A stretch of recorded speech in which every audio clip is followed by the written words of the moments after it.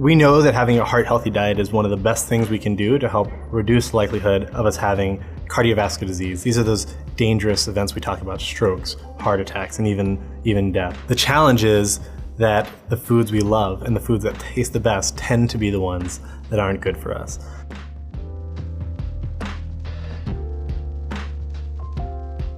This is a problem that affects all communities, but there's certain traditions and certain foods in the Black community that are particularly damaging. We talk about soul food and comfort foods. One of the problems with a lot of these dishes is the way they're prepared. They're prepared with a lot of butter, a lot of salt, and a lot of sugar in some of these drinks. And those on their own can be damaging. Together, they can be catastrophic to health.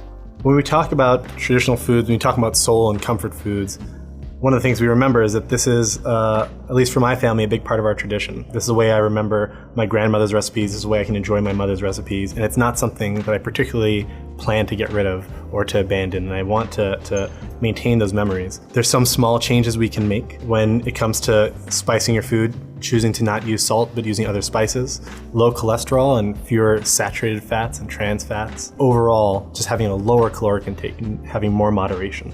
When it comes to preparing your food, not using butter, certainly not using lard, and trying to use peanut oil, canola oil, other things that might be slightly healthier options.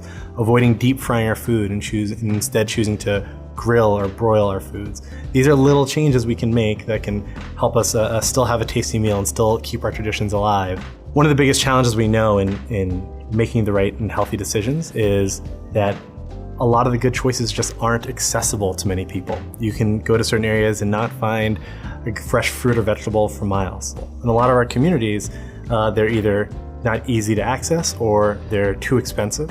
And they're not as easy as those foods you can get down the block at the fast food restaurant. And it's important to go out of your way and take that extra step to include these foods in the diet so you can have a balanced and a healthy diet that can really be working towards you to help promote your health.